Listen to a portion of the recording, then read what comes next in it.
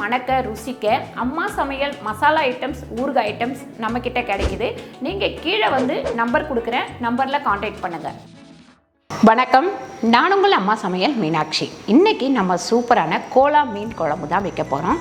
இது வந்து பார்த்திங்கன்னா இந்த மீன் வந்து ஒரே ஒரு முள்ளு தான் இருக்கும், குழந்தைங்க கூட சாப்பிட்லாம்.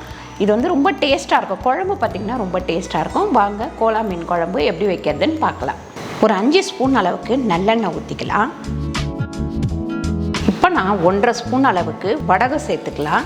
வடகம் போட்டு தாளித்தோம்னா மீன் குழம்பு வந்து அவ்வளோ ஒரு டேஸ்ட்டாக இருக்கும். ஒரு 15 பூண்டு வந்து பார்த்திங்கன்னா நல்லா பொடியாக நறுக்கி வச்சுருக்கேன், அதையும் சேர்த்துப்போம். கருவேப்பிலை கொஞ்சம் சேர்த்துக்கலாம்.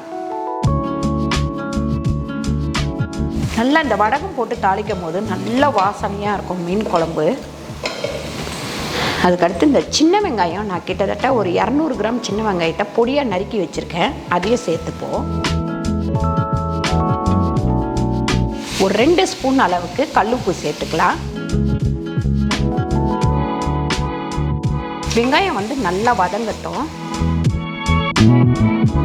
பாருங்க, வெங்காயம் நல்லா வதங்கினோடனே நம்ம 3 தக்காளி வச்சுருக்கோம், அதை வந்து சேர்த்துக்கலாம். நான் தக்காளியும் நல்லா அரைச்சி வச்சுருக்கேன்.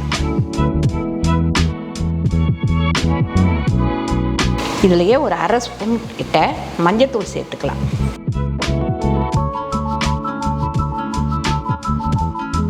காஷ்மீர் மிளகாத்தூள் ஒரு 3 ஸ்பூன் சேர்த்துக்கலாம். அதுக்கப்புறம் வெறும் மிளகாத்தூள் ஒரு 5 ஸ்பூன், தனியாத்தூள் ஒரு 3 ஸ்பூன். இது எல்லாத்தையும் சேர்த்து நல்லா மிக்ஸ் பண்ணிக்கலாம்.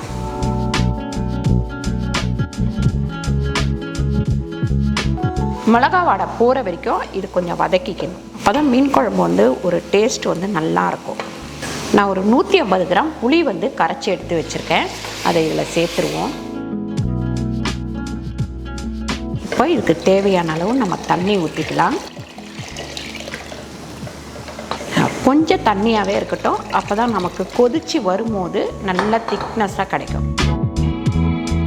இப்போ நம்ம மூடி வச்சிடலாம், குழம்பு நல்லா கொதிக்கட்டும். இப்போ பாருங்கள், மீன் குழம்பு வந்து நல்லா கொதிச்சிருச்சு பாருங்கள். முதல்ல விட இப்போ கொஞ்சம் திக்காகிடுச்சு பாருங்கள். இப்போ நம்ம மீன் வந்து இதில் போட்டுக்கலாம். தண்ணி இல்லாமல் இருத்து வச்சுக்கோங்க, ஒன்று ஒன்றா எடுத்து போடுங்க.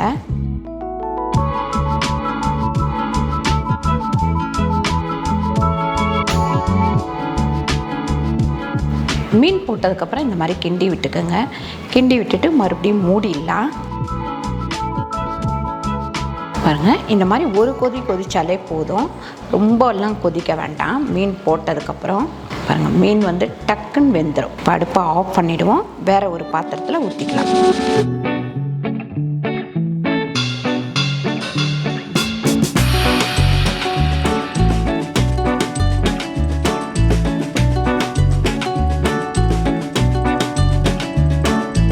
சூப்பரான கோலா மீன் குழம்பு ரெடி ஆயிடுச்சு. கண்டிப்பாக நீங்கள் வீட்டில் ட்ரை பண்ணி பாருங்கள். ட்ரை பண்ணி பார்த்துட்டு கீழே கமெண்ட் பண்ணுங்கள் எப்படி வந்தது அப்படின்னு சொல்லிட்டு. இந்த வீடியோ உங்களுக்கு பிடிச்சிருந்தால் லைக் பண்ணுங்கள், ஷேர் பண்ணுங்கள், சப்ஸ்கிரைப் பண்ணுங்கள், ஃபேஸ்புக்கில் ஷேர் பண்ணுங்கள், மறக்காமல் கமெண்ட் பண்ணுங்கள். நன்றி, வணக்கம்.